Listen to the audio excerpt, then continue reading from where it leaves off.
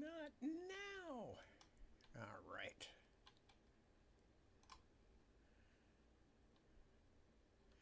And hello. Hello, my spicy niblets and other kinds of small crudités. Um, Good to see you. I'm Tad. It's 1 o'clock in the morning where I live here in California. And I'm going to do some reading in just a little wee while. First, I'm going to talk at you, although, once again, not a huge amount to share in terms of any concrete news about anything really interesting to readers and other aficionados. Excuse me. Been pouring down Diet Coke, getting caffeinated. Anyway, or Coke Zero, which is the new variety. Anyway, so just another week. The only thing of any interest to us personally around the household, other than various family and domestic things, is we've actually had to push back our move a couple of weeks because we just realized, I realized it a while back, but we realized that we weren't going to get everything done by the middle of January. So we're shooting now for more like the end of January. But what else? Anything else of interest? Working away on Ordinary Farm the Third, which, by the way, is called The Heirs, Heirs of Ordinary Farm. I don't think I've mentioned that before. Anybody who read the first book as a young person is clearly not a young person anymore. This is one of the tragedies of this particular project, is it started out with such high hopes and kind of went into collapse, not on our end, I hasten to say, but went on publishing end collapse just before it was published. The person who, the editor who bought the book and was very enthusiastic about it and about the sequels and et cetera, who had started her own line of books, basically got laid off, just got kicked out of gosh, who was that now? Was that HarperCollins? I believe it was. It was an imprint in the HarperCollins stable. And she got let go. And they gave all of her books to another editor who I was always sympathetic to, even though it was tragedy for our book. But all of a sudden, this other editor went from having like 22 titles to edit and be in charge of to like 60 something. And our book, I'm afraid, since it wasn't one of this particular editor's books, got fairly short shrift to the point where after the first one came out, we actually bought back the rights to the second volume, which is why it never got an American publication. We couldn't really find a good situation for it. So any versions of it that are out and about in English are the actual British editions. So... But the German publishers, who although they renamed it Tinker Farm from Ordinary Farm, seemed to like it. And so they wanted to know, as recently as a couple of years ago, where's the last volume? Or what was originally going to be 5 volumes. But where was the third volume was what they were asking at the time. And Deb and I decided, okay, well, at this rate, the rate that we're chunking through this in these very ratchet-like steps, we should probably just end it in the third volume. So that's what we're doing. But as I said, anybody who was reading this book, originally as a young reader, and I know several friends, kids who were doing just that, they're probably all in college now or somewhere else, and the last thing they'll probably want to do is read the final volume of something they read when they were like 11 or something like that. But it doesn't matter. It completes the set. It as always with me and Deb, but largely with me, I have a real compulsion to wrap things up properly and to, as you will all see when the Navigator's Children come out. I mean, I'm answering questions that people didn't even realize were questions that date back to the Dragonbone chair in those books. And in the same sense here with Ordinary Farm, I'm answering questions in the third volume that were first started 15 years ago or whenever the first one came out. I think it was 2009. So yeah, we are close to 15 years. But I'm not sure about that. That's just off the top of my head. And basically, everything since about 1990 is largely a blur. So if anybody wants to correct me on that, they're very welcome to. What else going on? Not a lot, really. Just, spending time with family, trying to deal with family stuff. Ron says they're now retired. Yeah, I'm afraid that's probably true. I won't be, but they probably are, the ones who were reading them when they were young. So let me think. What else is there I was going to say? I can't think of anything, so I'm going to take this moment to briefly check in and say hello. Ron Hyde, I mentioned, who, of course, has been, along with Ilva von Leuenhausen, they've both been of incredible help on the most recent Ostenard series of books. So hello, Ron. Good to see you as always. Isaac is checking in from Western Utah, I believe. Rosalba, Andre Stark. Good to see you. Anamika, a pleasure as always. Christina, hello. Wouter, hello. Who else? Iris, good to see you. Petra, glad you're checking in. Ivan, my buddy, good to see you, buddy. Dirk, hello.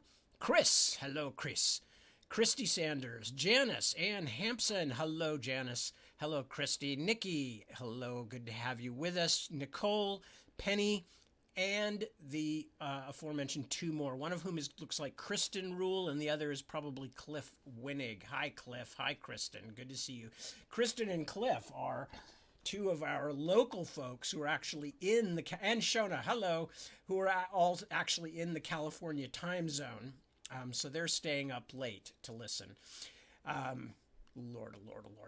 Anamika asks, will Ordinary Farm Parts 1 and 2 be available again? Well, if we have our way, we probably could get the rights back to the first one. We own the rights in English for the second one. They will also be published in German. I know that. I mean, they are published in German, but that probably doesn't do you any good. It may do Anamika some good. I don't know. I don't want to assume anything about anybody. So I don't know yet what the status of it will be. I know this is definitely going to England and to Germany.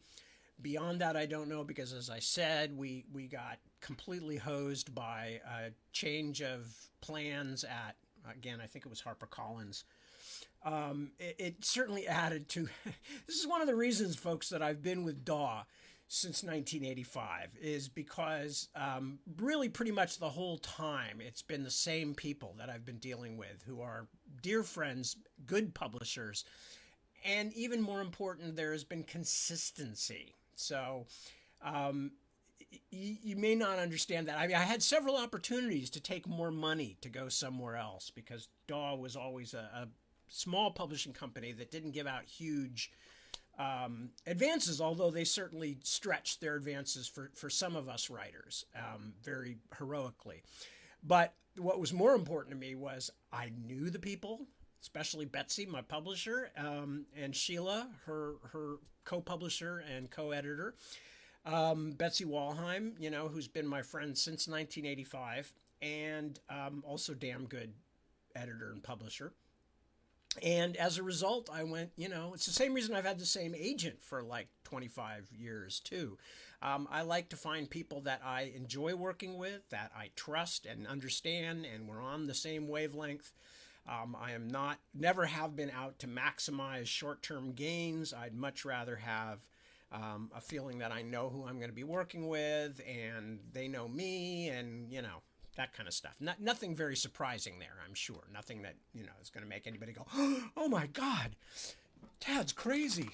It's like, yeah, I like to know who I'm working with, and I like to know that they're going to be there next year. I mean, you can't always make sure that's true in any business, but certainly that has been where I have made my boundaries on things, is I'd much rather know who I'm dealing with and continue to deal with them if we get along.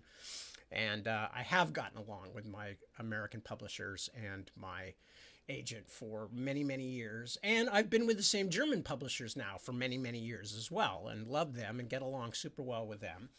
And yeah, so British publishing, I've had all kinds of different people as publishers in Britain, including my current. I better not say that. She'll hear it and misconstrue. My wife, Deborah, was originally my British publisher. That's how we met.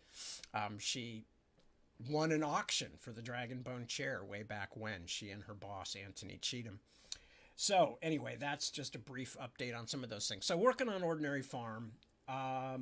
Working on getting ready to move, thinking I had some feedback recently from Betts about a couple of small changes I'm going to make in the Navigator's Children manuscript, which is still months away.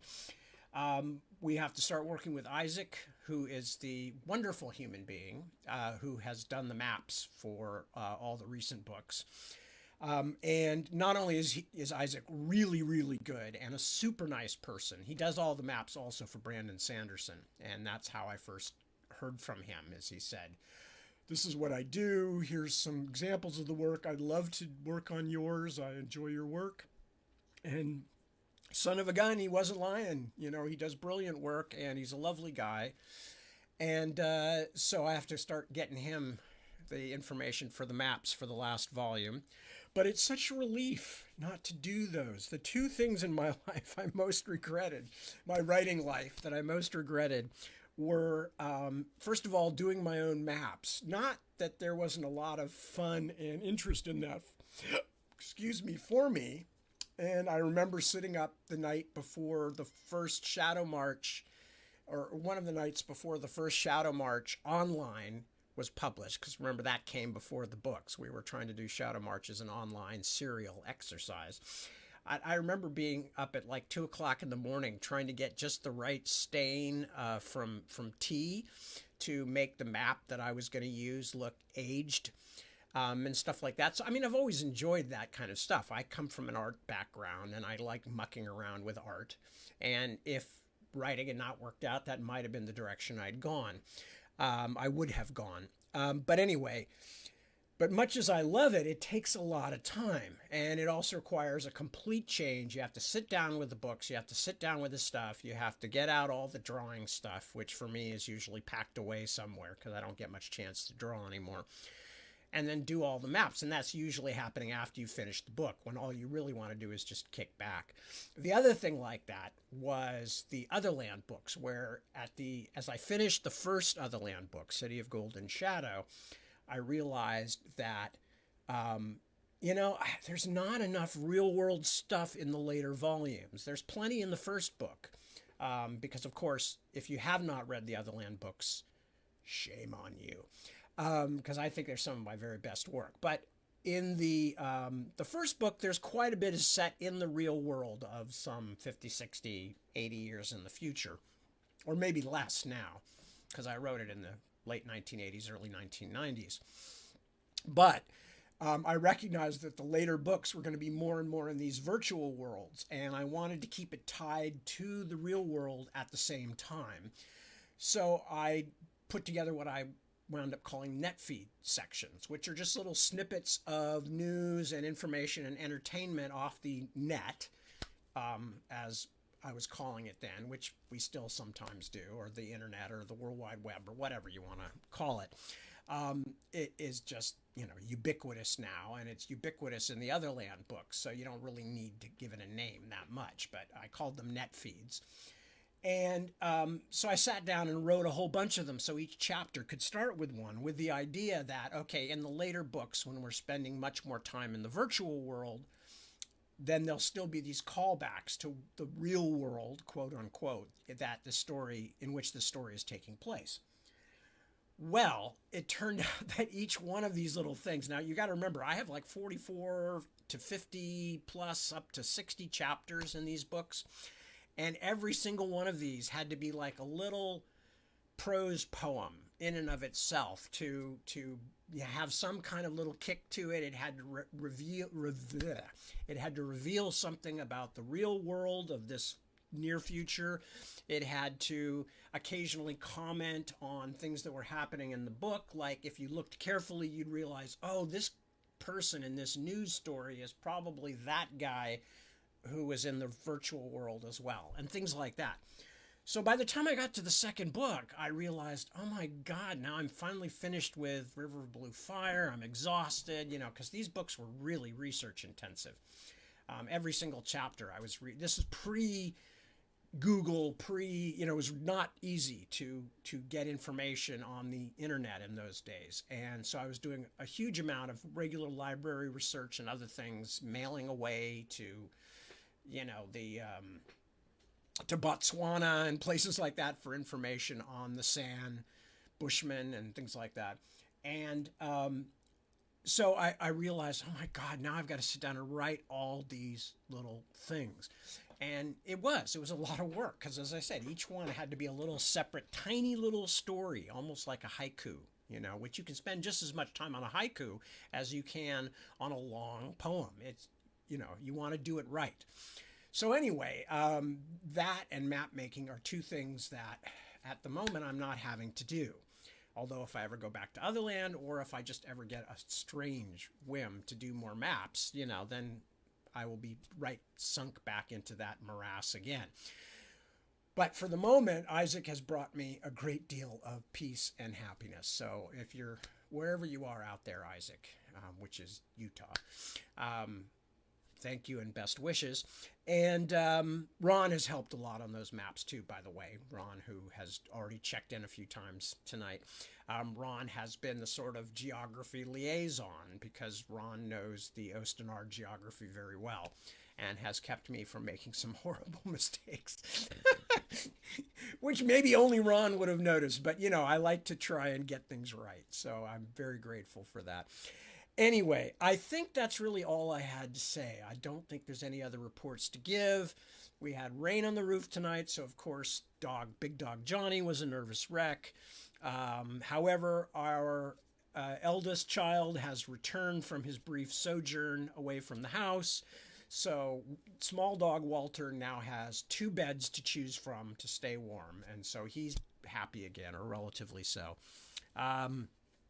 Yeah, that's it. Oh, and I'm going to be living with cats again because for a while, at least, when we moved back to the old house, and I returned to my old office, which you will be seeing in the background again at some point fairly soon. Our daughter is going to be staying with us for a while, and she has 2 cats. So I am going to be living with cats in my downstairs office again because we have to keep a certain separation between cats and Johnny the dog who eats cats. So the baby gate is going to go back up on the stairs. Anyway, I think that's it. I think that's all I have to tell you about. So thank you so much for putting up with all that. And let me bring up the book. And we are just starting chapter 22, Death Songs. And the only thing you really need to know about this section is we're starting again with Nezaru and the Queen's Hand, which is a group of 5 individuals who are highly trained to do Queen Utuku's business on behalf of the Norns, the Hikadaya. And they have recently taken on 6th and 7th members, the 6th being a very large giant, biggest one than any of them have ever seen, called Gogamgar. And more recently, Jarnulf, the mortal ex-slave, who, although his new companions don't know it, but has been harrying the borders of the Norn lands for years, ever since he first ran away, and killing as many Norn soldiers as possible because of what they've done to his friends and family. And he has now, because he's curious about this group and thinks there's something going on with them beyond the obvious, he has helped to save them from an attack by Bukin, or Furia, little tiny goblin critters that come up out of the ground. He saved them from that attack, and he has become their guide as they are on their way across the frozen north, headed out to find a live dragon. And that's what is going on at that point. So, back to the book, Witchwood Crown, Chapter 22, Death Songs. Let me have a sip of something, because that was a lot of talking. Mako deeply distrusted the mortal, but clearly he did not trust Nezeru much more. When the Hand Chieftain sent her out to scout the territory ahead, a role for which she had undergone careful training in the Order House of Sacrifice, he sent Keme with her. Does he fear I will run away? Just thinking of it made her furious. Does he think I hold my oath to our queen so lightly that I would desert my people simply because he whipped me? Because I am in disgrace? The wheals on her back had mostly healed. They still ached fiercely in the cold, but that was as nothing compared to the pain of being thought untrustworthy. The fact that it was true that she had already failed her hand brothers twice only made the pain worse. Why come so far south? She asked Keme as he followed her down a long rocky slope past drifts of snow and patches of yellow winter grass. Not just deep into Rimmersgard, but almost to the edge of Erkenland? Close your mouth, Blackbird. Do you know more than Mako? He pushed his way through the long grasses, leaving a sinuous track like a snake. The hare does not tell the fox where to hunt. She knew she should be quiet, but his dismissiveness made her skin prickle. The mortal Jarnolf said we should cross the great road miles farther north, closer to the mortal city of Kaldskreik. He did he? And how do we know what ambush he might be leading us to if we do not scout all this country? Keme's face was full of unhidden anger. Who are you? I was nobody, a sacrifice from an indifferent family, stuck in a backwater league of our order under a lazy, self-serving commander. But my lord Mako remembered me. He asked for me to join him. Now I am a queen's talon. Do you think I care what you or some mortal have to say? Enough of your pointless questions, Blackbird.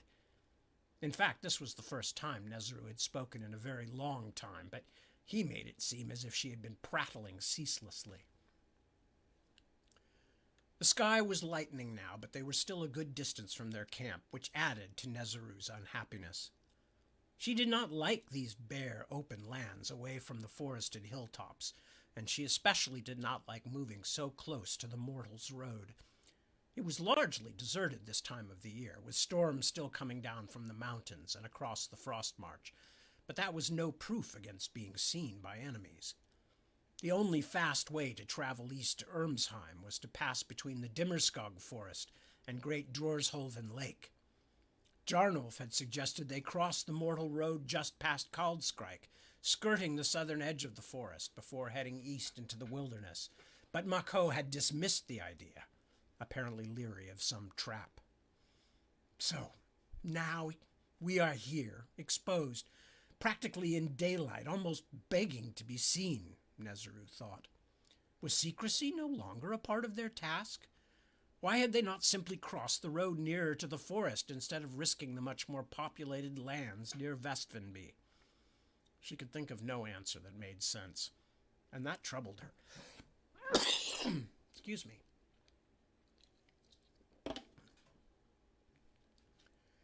After a long time, excuse me, I feel myself just about to sneeze.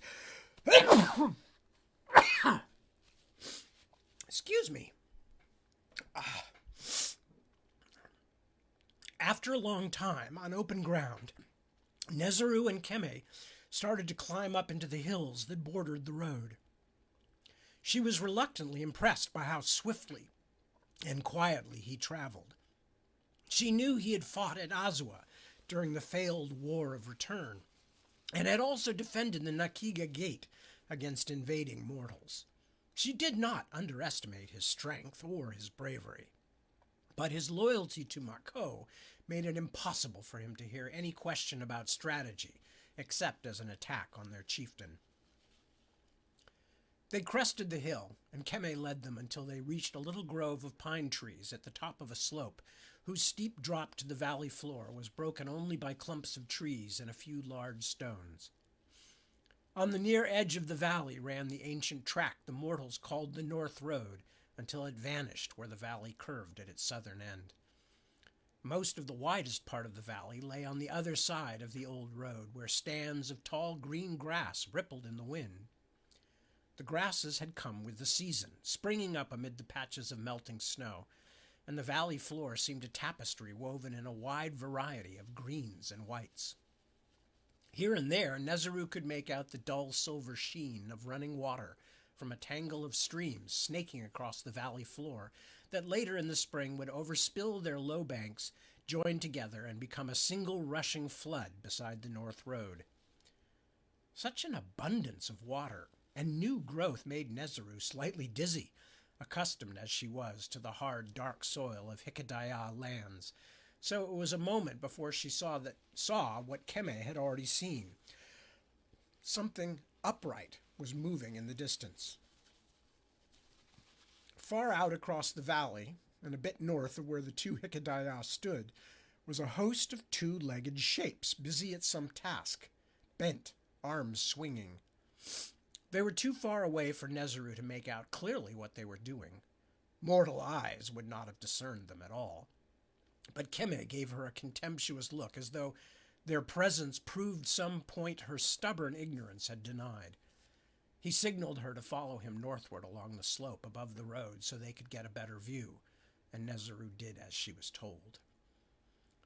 As they drew a little nearer to the distant figures, the morning sun finally breached the eastern hills and began its climb into the sky, so they turned farther up the hillside in search of cover. Following Keme silently through the trees, Nezero was again troubled by what seemed like clear tactical mistakes, first by Mako and now by Keme. If their goal was to cross the mortal's great road safely and vanish into the waste, far from spying mortal eyes, why had they come so far south in the first place before crossing? And why bother now to approach what almost certainly would turn out to be the mortal inhabitants of some nearby village? Even the stealth of trained sacrifices could be betrayed by accidents, by unexpected noises, or the appearance of unforeseen others. What could be learned here that was worth taking such a risk? Finally, they drew close enough to see that the people on the far side of the road were indeed mortals, about 2 or 3 score of them, all garbed like peasants. Most were cutting grass with sickles, but some seemed to be uprooting it with their bare hands. Moments later, Nezero saw that the mowers seemed to be protected, or perhaps prevented from escaping, by a handful of other mortals who watched them from horseback. The 2 sacrifices spent a long, silent time watching, and after a while Nezero had to fight against impatience. The longer they crouched here staring, the higher the sun rose, and the growing brightness of the landscape was threatening to turn her discomfort into something more like fear, for all her training. Was she the truly mad one? Why was Keme putting them, and perhaps even their mission from the mother of all, at risk simply to watch a group of farm slaves? Keme seemed especially fixed on the 3 riders watching over the workers, though so far they had mostly sat in their saddles observing their charges from a distance. Occasionally one rode a little way in one direction or another, toward where a knot of mowers had gathered, and each time a horseman approached, the workers quickly dispersed and returned to their labor.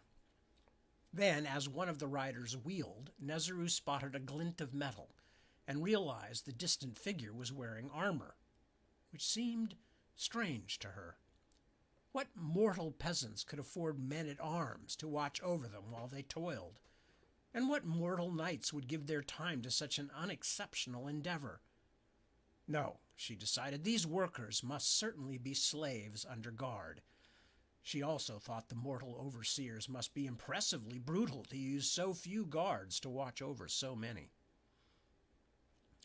One of the other riders abruptly turned his horse away from the group and came riding across the valley toward the north road, heading straight toward the Hikadaya's hiding spot. Nezero knew he could not possibly have seen them from that distance, but Keme was already climbing down the slope toward better cover.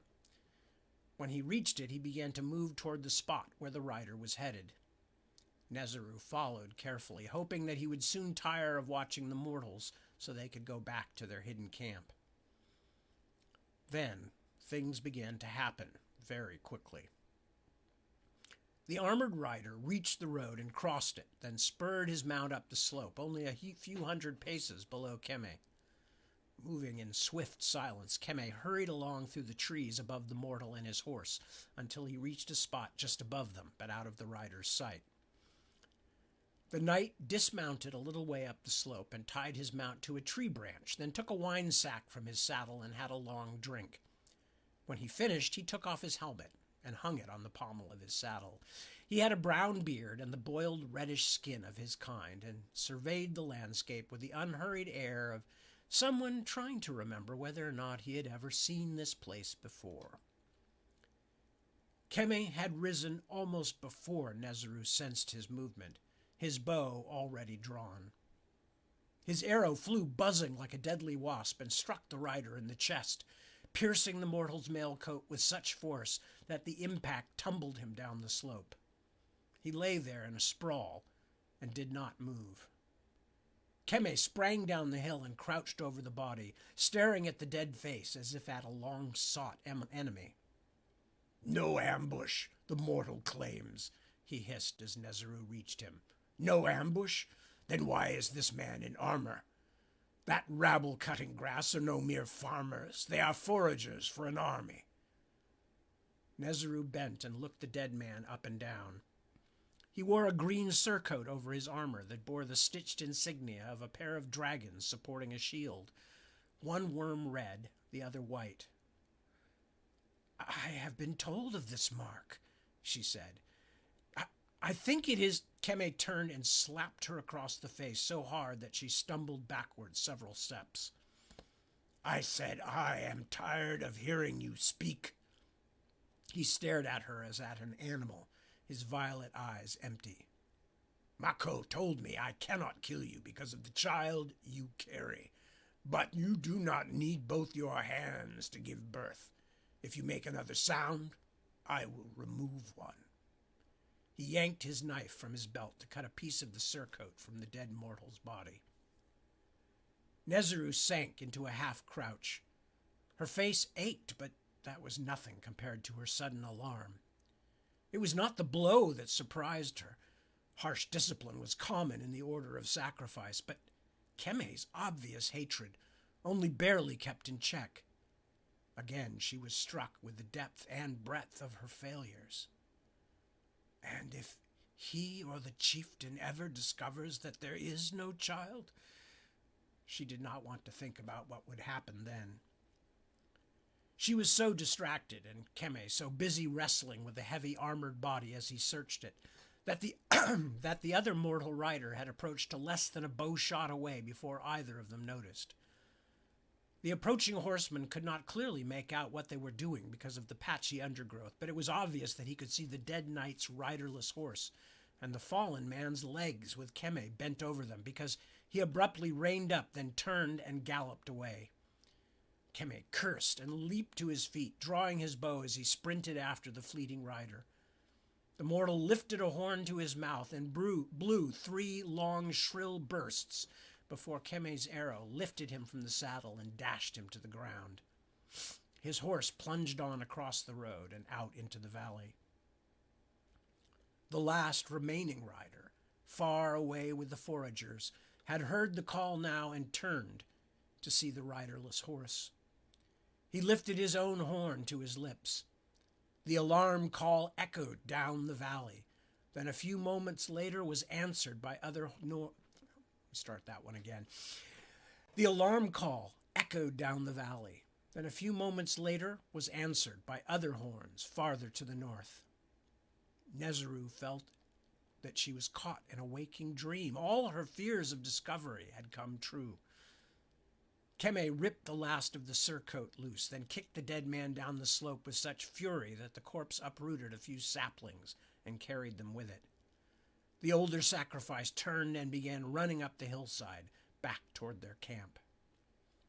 Nezeru sprinted after him, using her hands for support as she bent close to the slope, following his path of broken branches.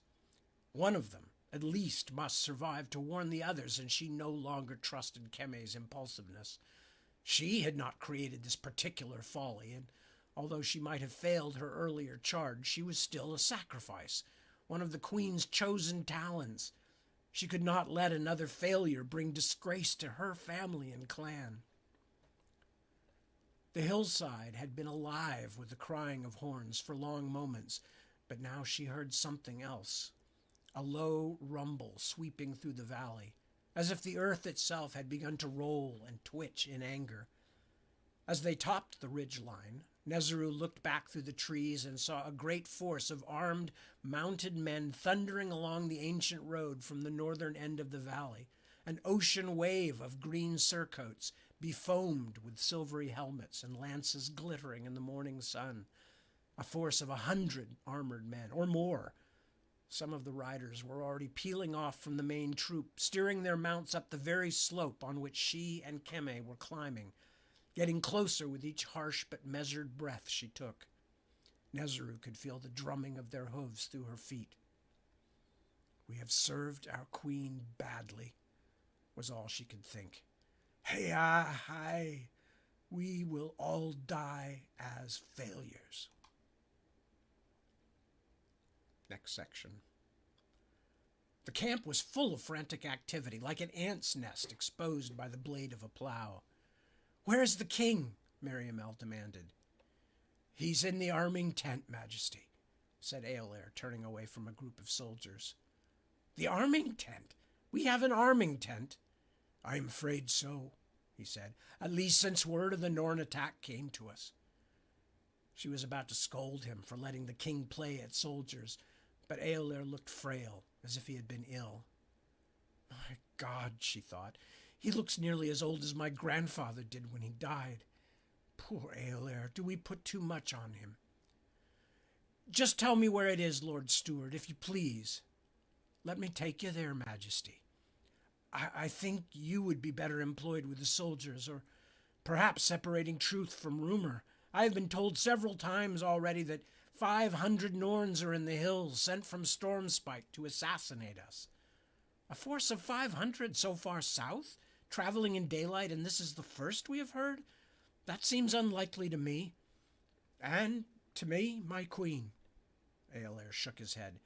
"But do not doubt there are Norns, whatever the numbers. Sir Erwin saw them before they fled into the trees on the hilltop, and Erwin is a trustworthy man. He was at the defense of Azua, so he knows them of old. And I told you of my nephew's encounter with a giant. The danger is nothing to scoff at, mistress, if you'll pardon me for saying so." She tried to calm herself a little. Eolair was right, as he often was, even if it did not suit her mood. "I have no complaint with sending soldiers to track down these killers. And if they are Norns, they are some 50 leagues beyond their own borders, which is also something worth worrying about. In fact, I have been worrying since we heard Lady Alva's story in Elvritsala. But I can make no sense out of why my husband feels he has any need to involve himself. That is why we brought all these soldiers and knights, is it not?" "Of course, Majesty." "I'm glad we agree. Point me toward this arming tent." But for the array of candles standing on a chest, the tent was so dark that at first Meriamel could see nothing but shadows and hear nothing but the murmur of a quiet voice reciting the ancient prayer, the soldier's cantus.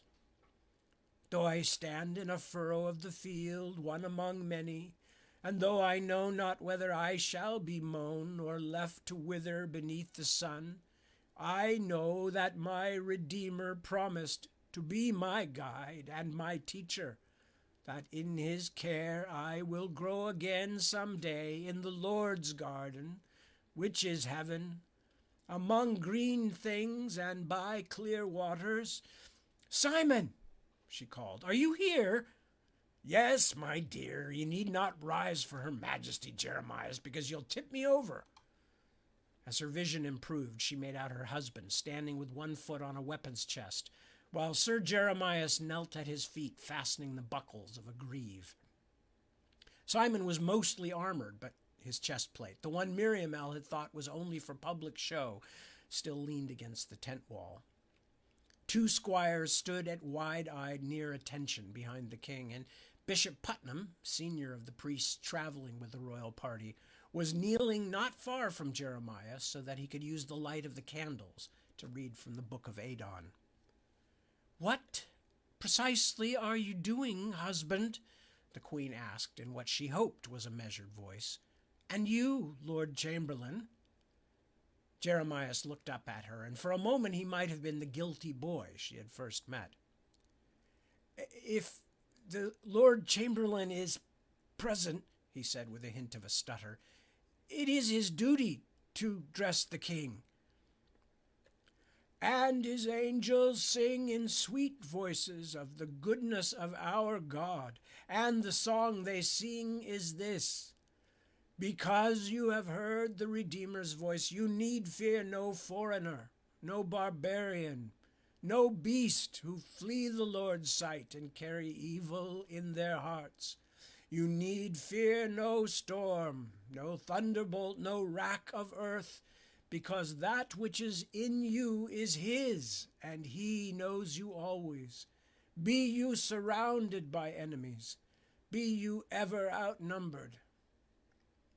"Just so," Simon said, "and dressing the king ought to include armor, don't you think?" She could now make out the high color in his cheeks as though he had been drinking. "It's only another sort of thing to wear," her husband said, "and it seems good sense when there may be fighting." "It's more than that, Majesty." Jeremiah spoke with such emphasis that the bishop hesitated in his recitation. "The king's armor is a sacred thing, a holy thing."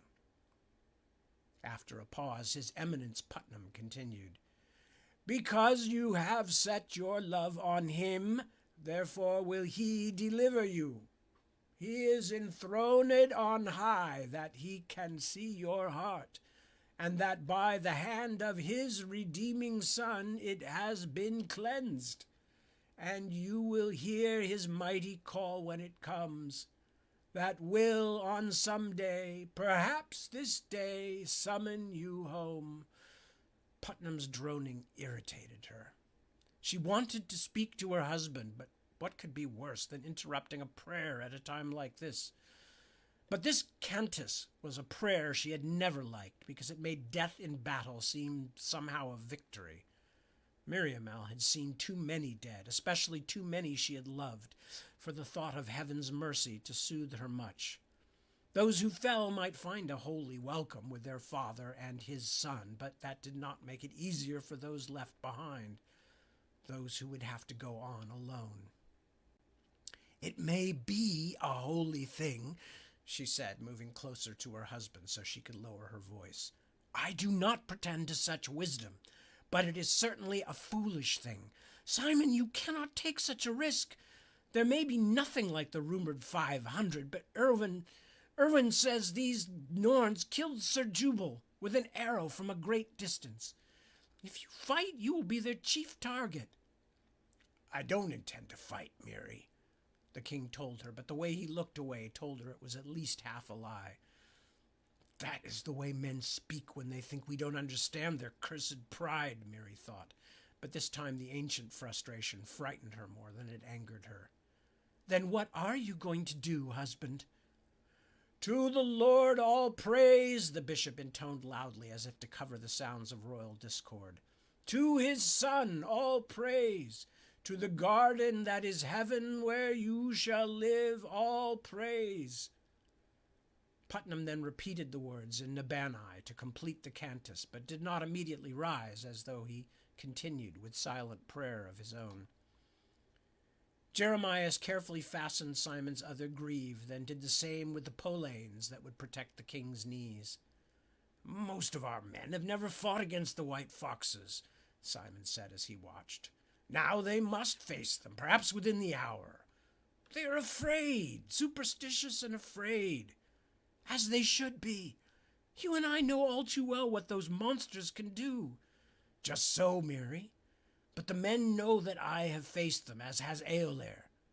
We can show them not to fear just by being there with them. Just by being in bowshot. For some Norn assassin to strike you down, you should say, just by risking your life needlessly. You are the king, Simon. And you are the queen. He smiled. His bottom half was now covered in plate, and he lifted his arms so Jeremias and the two young squires could buckle the two sides of his cuirass into place. Simon's arming shirt was embroidered lovingly, if not skillfully, with the holy tree. Miriamel remembered stitching it years before, in a time when she had reason to hope it would never be worn in an actual battle. Seeing it now brought a pang. For a moment the gleam of Simon's broad white forelock, the streak the dragon's blood had burned in his graying hair, stood out as though it shone with its own light. She caught her breath. Her heart was beating swiftly. "Oh, Simon," she thought, "don't throw your magic away on trifles." She was not exactly sure what the thought meant, but a grim foreboding had clutched her. "I wish you wouldn't do this," she said. "I am afraid." "You, the bravest woman who ever drew breath."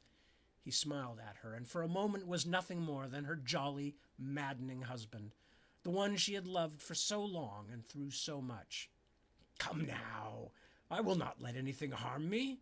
I would not dare, my lady." She knew she could not stop him without a furious argument, and she also knew that the demands of man's pride might seem foolish and dangerous to her, but were real and important among men, especially for a king.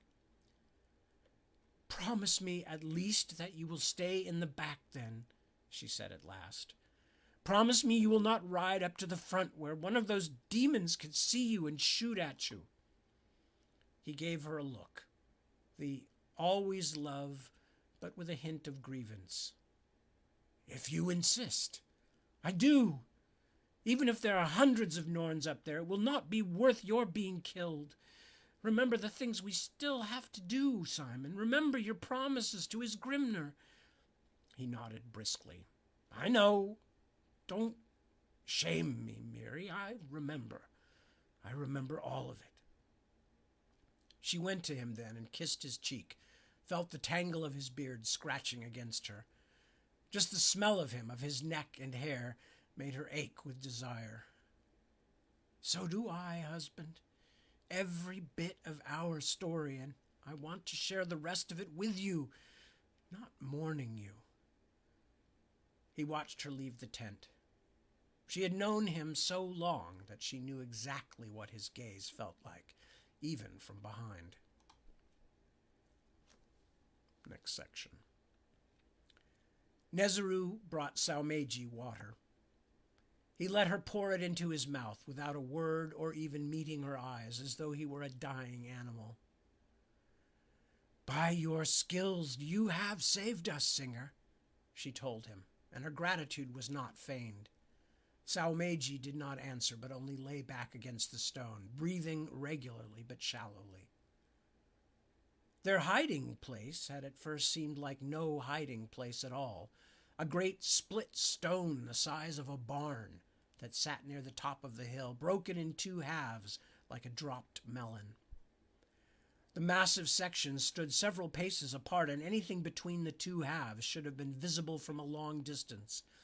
But the singer had used a skill that he called stone singing, and now Nezeru's entire company, including the mortal Jarnulf, their horses, and even monstrous Go-Gamgar, sheltered between the rough hemispheres, apparently invisible to all searching eyes, at least those of mortals.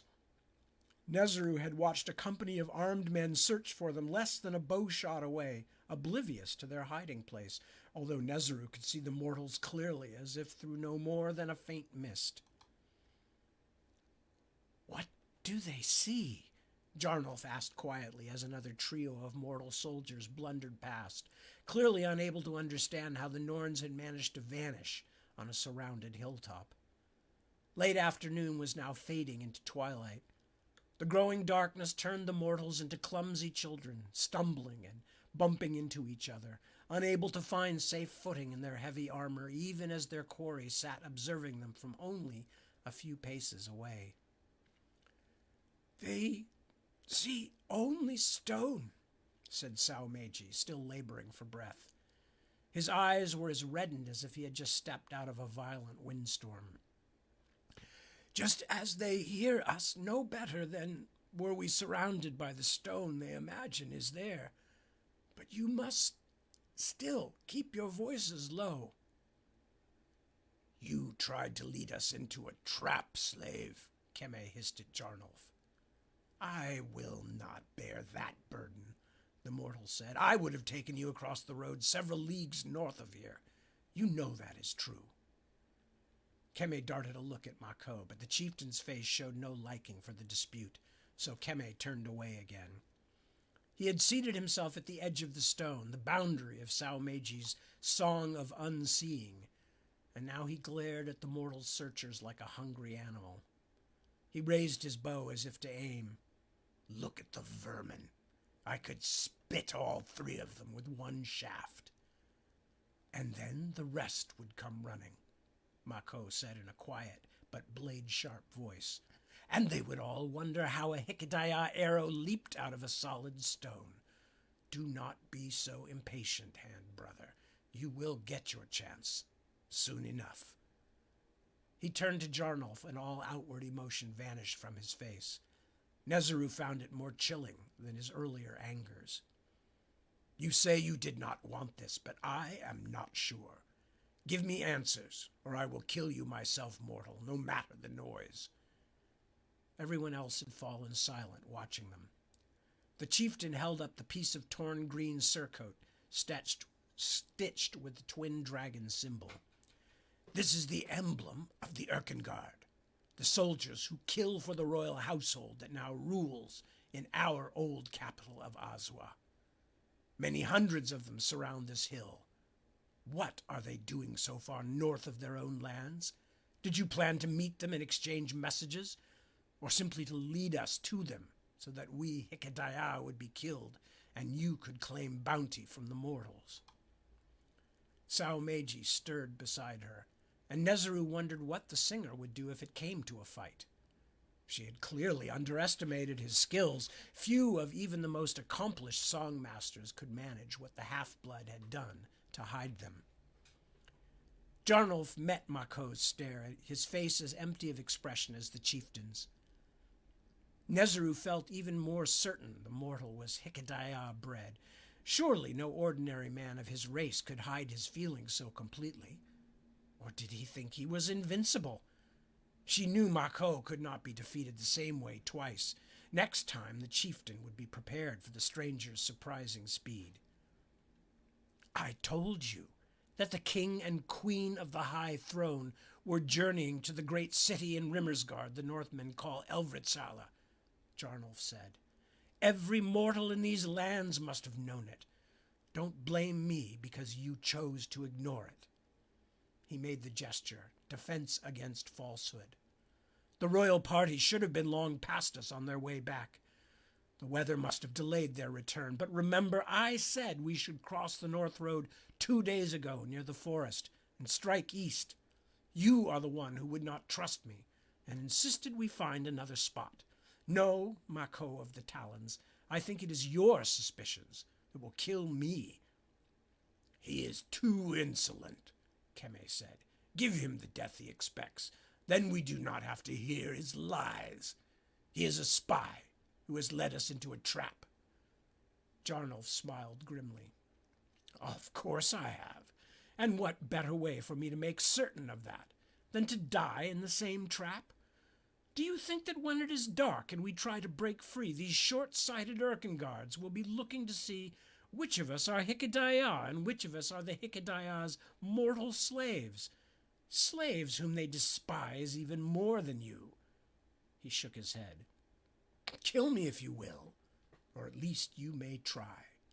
He let his hand drop to his blade.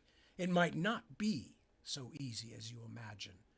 But if you do not wish to test me now while enemies surround us, then tend to your own affairs, and I will tend to mine. Jarnolf bent and took a short charred stick from the fire, then walked back down the narrow space between the split stone to his pack, which was farther along the crevasse, near the giant Go-Gamgar. "What are you doing, mortal?" Mako demanded. He did not look back. "Writing out my death song." Keme, Mako, and Saomeji, who was fast regaining his strength, huddled in urgent talk, plotting a path they could take when the blue-gray evening had gone fully dark. Already dozens of the mortals' torches had bloomed at the bottom of the hill. Nezaru understood the situation, though she had been excluded from the discussion. Saomeji had said that he could not long maintain the protective illusion in daylight, and it was clear the mortal soldiers would wait sensibly for the morning, as if the hilltop were a besieged castle, instead of hunting for the Hikedaya in the dark.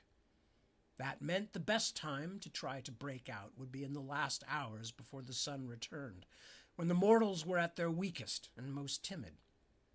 But even with the aid of darkness and a little surprise, she did not think their queen's hand would survive. Not all of them, at least. The queen's Hikedaya were so few, and the mortals were so many. "Mother of all, give strength to your servant. My life is yours. My body is yours. My spirit is yours." Nezaru calmed herself with the familiar, soothing litanies of duty she had been taught long before her first woman's blood. "Better to die fighting to escape," she told herself, "than to die hiding like lowly animals.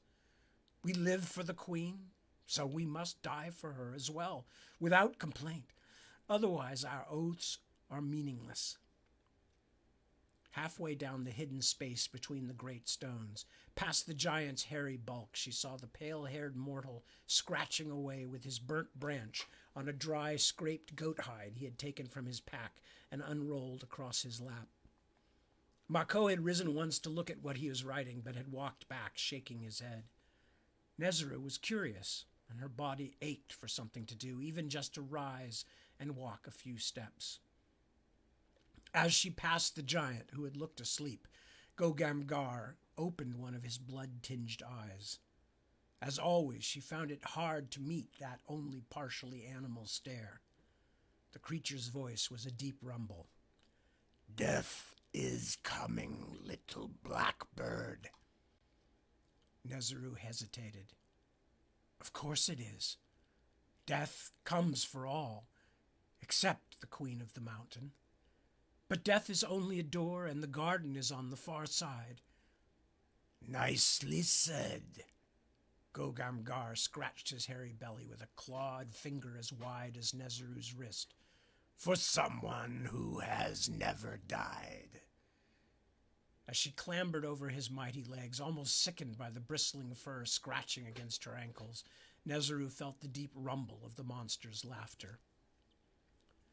The mortal had made crude symbols all over the hide, lines and branching forks and simple shapes.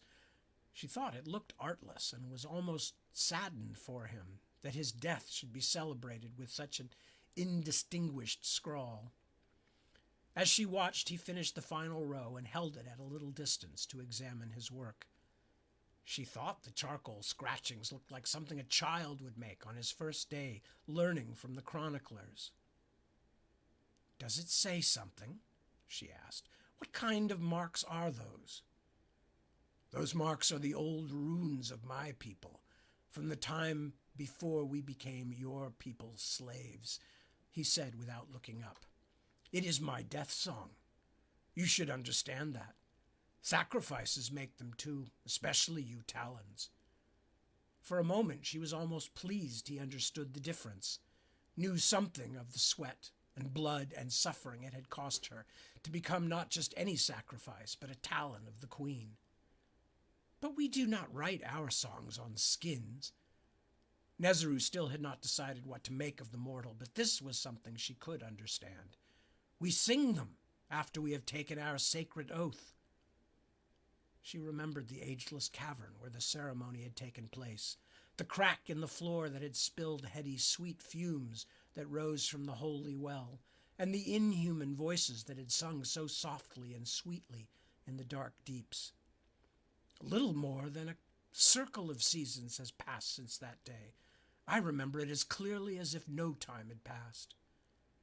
You are fortunate then, sacrificed Nezeru, that yours is safely sung. My people do it differently, so I am not so lucky. He gave her a keen look that she could not decipher. Go and ask the giant to come here. Uncertain, but also wondering what the mortal planned, Nezeru crept back up the crevasse to where Gogamgar lay, big as a toppled haywain. He did not open his eyes until she told him that Jarnolf wanted him. Then he grunted and rolled over. He did not stand, but crawled on hands and knees the several paces to the end, where the rimmersman sat, blocking most of the width of the crevice as he went, forcing Nezeru back to Jarnolf's side. Do you wish me to crush your skull? Gogamgar asked the mortal with what sounded like honest curiosity. I did not take you for a coward, little man, but perhaps you would prefer to die on your own terms. Jarnolf's smile was icy. When I die, I aim to take as many with me as I can, Jarl Huna. I suspect you would be a rough partner for such an enterprise. His pale blue eyes looked a blank gray in the gathering dark. I do not think you love Chieftain Mako, the one who gives you pain. No, I do not love him. Then help me play a small trick. I am not death-sung like these Hikedaya. My last song must fly high and far, so that the old gods of my people can see it from Himinkala, from the starry heavens. Do you wish me to throw it? The giant watched as Jarnolf wrapped the hide around the arrow shaft, the ashy symbols now hidden. I fear I will crush it instead. I can send it farther and higher with my bow than you can, even with those great thews of yours, Jarnolf said. All I need you to do is to remain where you are and block the space between the two stones so that Mako and his angry friend Keme cannot see what I do. And what will you do in return? A slave like me is too poor to do favors, especially for doomed mortals, and I already helped you once. Nezeru did not understand what the giant meant. Help the mortal? When? The doomed part is not up to you, Gogamgar, Jarnolf replied. As for my repayment, that will be for you to decide one day. Tell me, do we have a bargain? The giant laughed and stole a casual glance over his massive shoulder. At the far end of the crevice, beyond the horses, Mako and the other two Hikedaya were still planning either escape or brave death. It would be a good joke, I think, but when the time comes for you to repay me, the jest may no longer be so much to your liking. We have both worn collars, said Jarnolf. They do not take away a man's honor, or a giant's, is my guess. I will live by my bargain. And that's where I'm going to stop, because we're already a few minutes past the hour.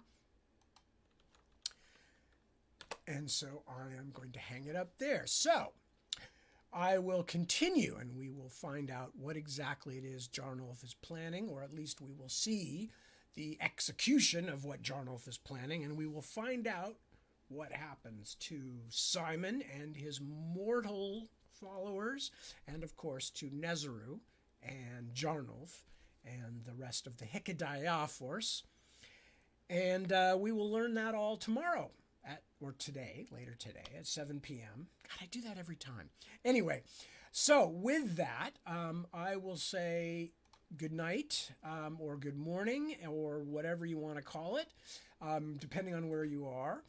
And I will pack it in. So thanks again for joining me. A great pleasure to have you with me as always. Take good care of yourselves. Take good care of your loved ones and friends and neighbors.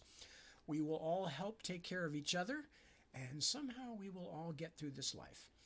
Somehow. With help and kindness. Anyway, thanks again for joining me. See you at 7 p.m. And or whenever.